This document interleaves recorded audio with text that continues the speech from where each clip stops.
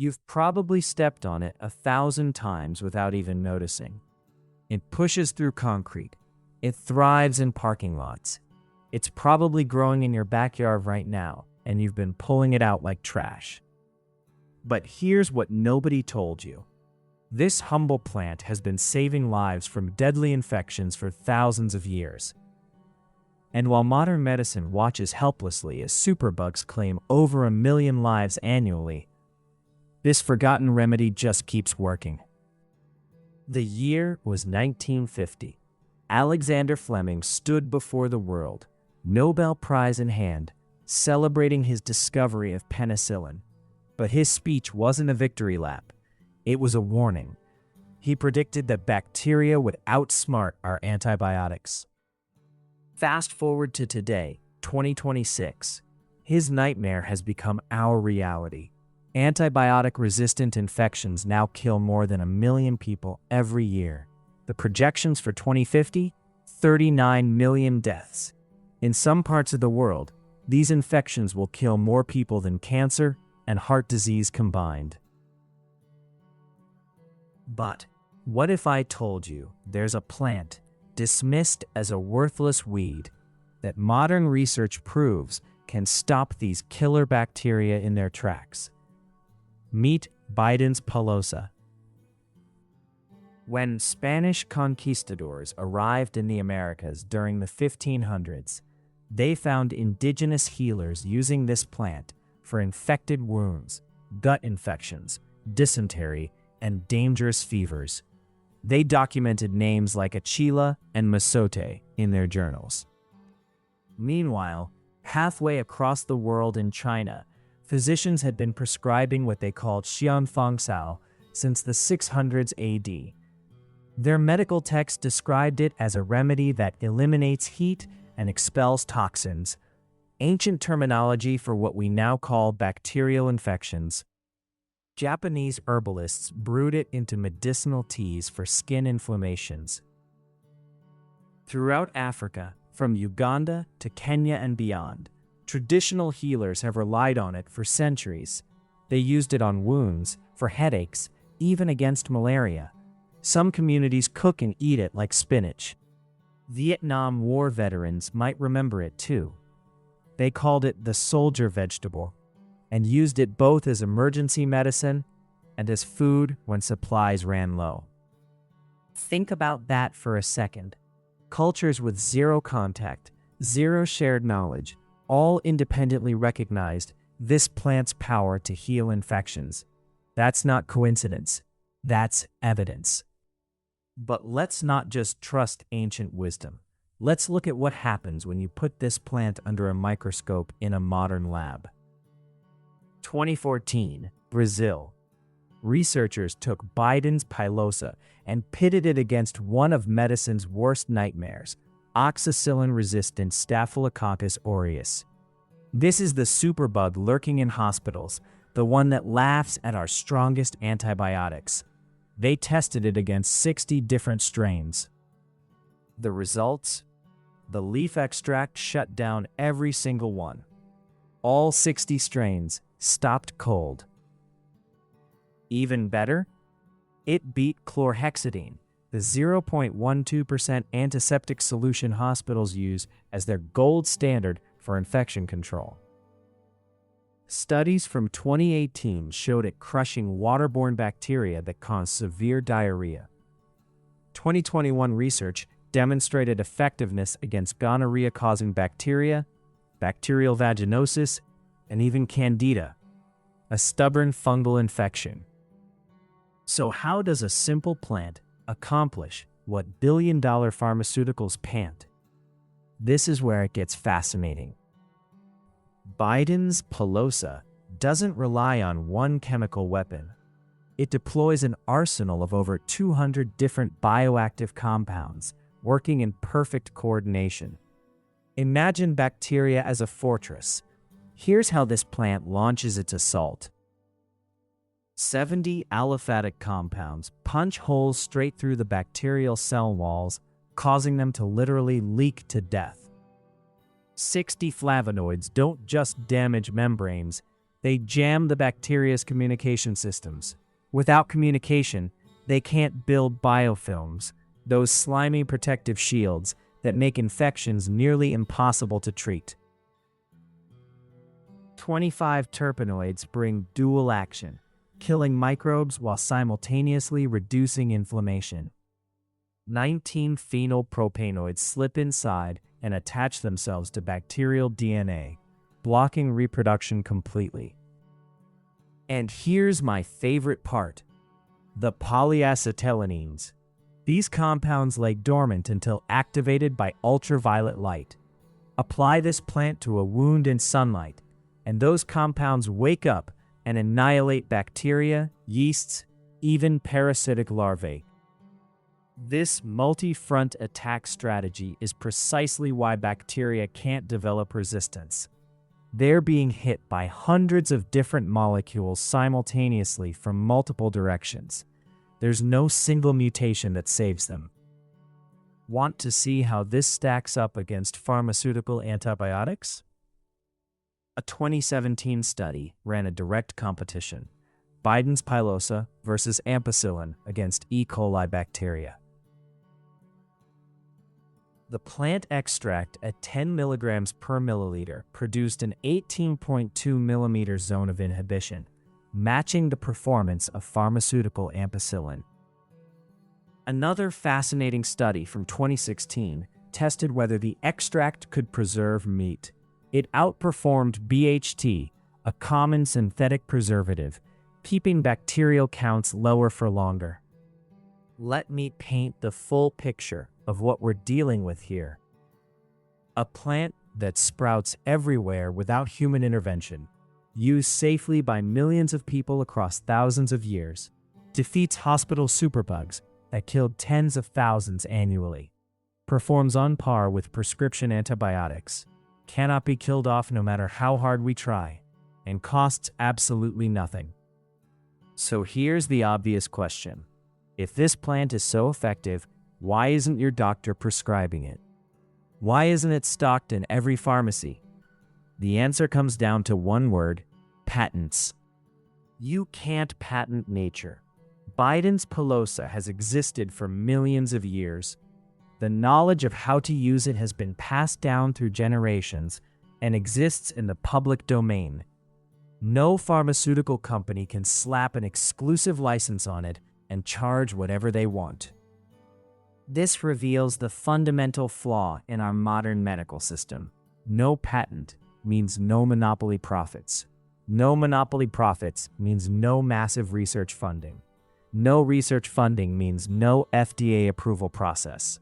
No FDA approval means no prescription status. Think about those 201 bioactive compounds working together in harmony. Even if scientists wanted to recreate that synergy synthetically, the complexity would be staggering. The cost? Astronomical. And even if they succeeded, they still couldn't patent it because nature got there first. Here's what really happened since the 1980s. Pharmaceutical companies abandoned antibiotic development. Why? Because antibiotics cure people in days or weeks. The real money is in maintenance drugs. Medications people take daily for decades. Cholesterol drugs, blood pressure pills, diabetes management. Industry insiders now admit that almost all meaningful antibiotic innovation comes from small biotech startups operating on shoestring budgets, not from pharmaceutical giants with billions in capital. While this proven solution grows ignored in vacant lots, the antibiotic resistance crisis spirals out of control. The World Health Organization's 2025 report should terrify everyone. They analyzed over 23 million confirmed bacterial infections. Deaths from bacteria resistant to carbapenems, our absolute last resort antibiotics, jumped from 127,000 in 1990 to 216,000 in 2021. That's nearly double. Here's a gut punch statistic. 80% of people on this planet can't easily access even basic first-line antibiotics. And the cruel irony? In those regions, more people die from lack of access to any antibiotics than from resistant strains. Plus, that scarcity creates the perfect breeding ground for resistance to develop and spread. Right now, only 27 new antibiotics are in clinical development worldwide to fight priority pathogens. Of those 27, just 6 represent genuinely new approaches. Between 2025 and 2050, experts project 169 million deaths from antibiotic resistance. But here's what should make us angry. Research suggests that simply improving access to existing antibiotics, plus alternative treatments like Biden's pilosa, could prevent more than 50 million of those deaths. We have solutions. We're just not using them. While Western medicine abandoned plant-based remedies after penicillin's debut in the 1950s, billions of people worldwide never stopped relying on them. Walk into a traditional medicine clinic in China today, and you'll find Biden's pilosa prescribed for everyday infections and ailments. Mexican traditional healers use it for digestive issues, hemorrhoids, and diabetes management. Across the African continent, it remains both a food crop and a medicine for infections, inflammation, and wound healing. In India, practitioners prescribe it for glandular problems, respiratory infections, hepatitis, and urinary tract infections. Meanwhile, in the West, we spray it with herbicides. We rip it out of gardens. We teach children to call it a weed and treat it like an enemy. We're literally destroying one of the most promising solutions to our antibiotic crisis because it doesn't fit our economic model. So what does this miracle plant actually look like? Biden's pilosa is an annual herb that typically reaches 30 to 100 centimeters in height, roughly 1 to 3 feet tall. The leaves are bright green and compound, with serrated edges that give them a distinctive, jagged appearance. Small yellow flowers bloom with delicate white ray florets. The real giveaway?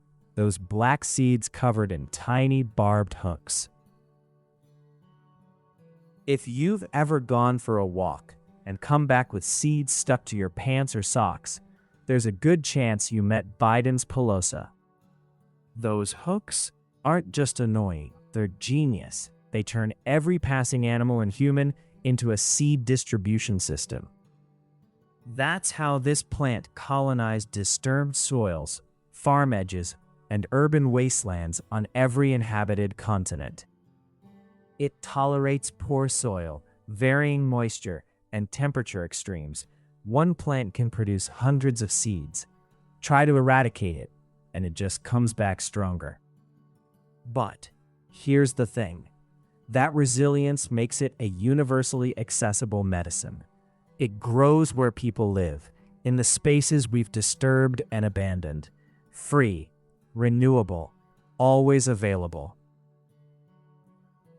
Indigenous and traditional communities have developed simple, effective ways to use this plant over millennia. The key is harvesting young leaves and flowering tops from clean areas, away from roadsides, industrial zones, and anywhere chemicals might be sprayed. Fresh leaves can be eaten raw, though they have a slightly resinous, earthy flavor. Many people prefer cooking them like spinach or other leafy greens. They work well in soups and stews. For medicinal tea, the traditional method is straightforward. Take 1 to 2 teaspoons of dried aerial parts, boil in water for 10 to 15 minutes, then strain. Traditional use suggests up to 2 cups daily during acute infections.